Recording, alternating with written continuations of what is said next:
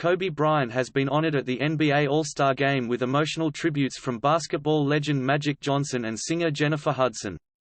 A string of stirring tributes preceded the game on Sunday in Chicago, where teams captained by LeBron James and Giannis Antetokounmpo will wear jerseys honoring Bryant and his daughter Gianna. They, along with 7 others, were killed in a helicopter crash in Calabasas, California on January 26.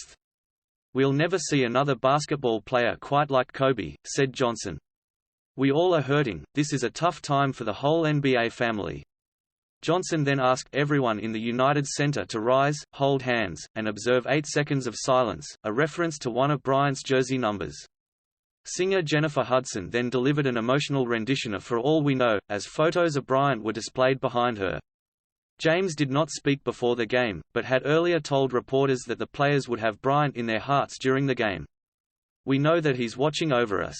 It's our responsibility to just represent the purple and gold not only for him but for all the greats, everybody that's ever come through the Lake Show," James told reporters on Saturday, according to sports journalist Mark Medina.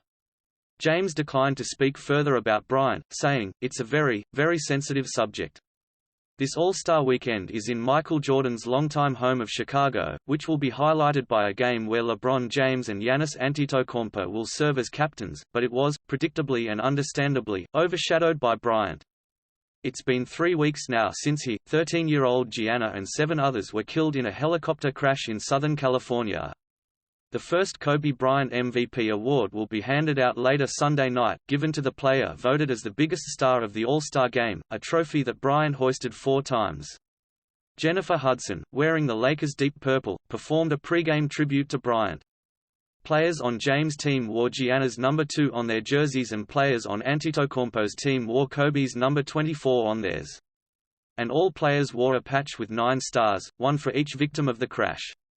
Everyone at the All-Star Game on Sunday got a 24-page tribute published by Sports Illustrated devoted to Bryant's career. On the last page of text, just before the back cover, was a quote from Jordan, "I loved Kobe, he was like a little brother to me," it began. Next to that quote was a photo, Bryant guarding Jordan in 1997, sticking his tongue out much in the same way that the Bulls guard often did. And in James' locker room before the game, his team's cheer coming out of the post-chalk talk huddle needed no explanation. "Mamba on 3, they yelled. 1, 2, 3, Mamba." On the morning of the NBA All-Star Game, the league pays tribute to retired players with what is called the Legends Brunch. It brings together about 3,000 guests, and every year a recent retiree with ties to the game's host city is honored. When the game was in Los Angeles 2 years ago, the NBA wanted to honor Kobe Bryant. He declined. He couldn't attend. His reason: his daughter Gianna Bryant had a game that morning. That said, to us, everything about his priorities, NBA Commissioner Adam Silver said Sunday as he recalled that conversation with Bryant. It's a doubly somber time for the NBA, since the league is also coming to grips with the January 1 death of Commissioner Emeritus David Stern, the person credited for taking a fledgling league and turning it into one of the planet's most powerful sports brands, a multi-billion-dollar entity with a reach that touches nearly every outpost on Earth.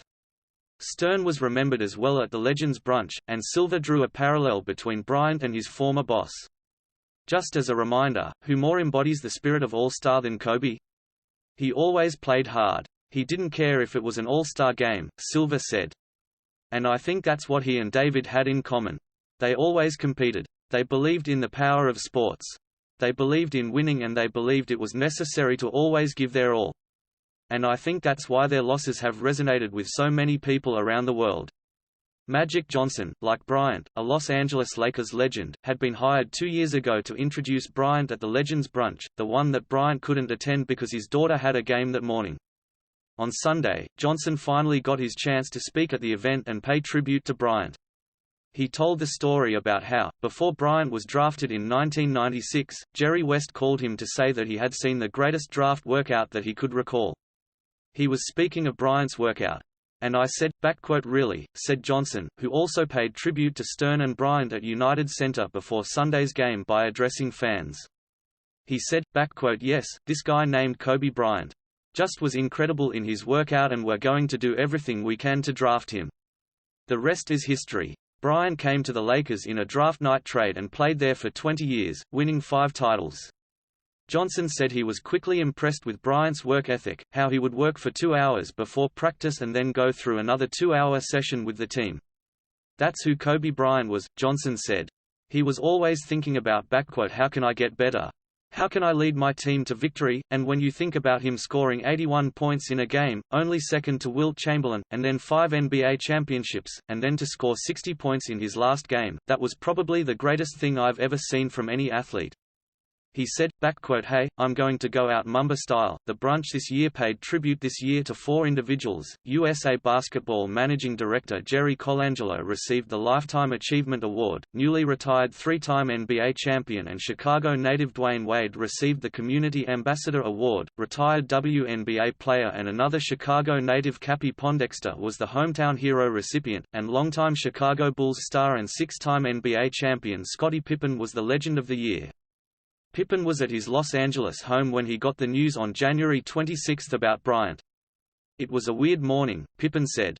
"And I'm still today regretting that I didn't get a chance to tell Kobe Bryant how great he really was."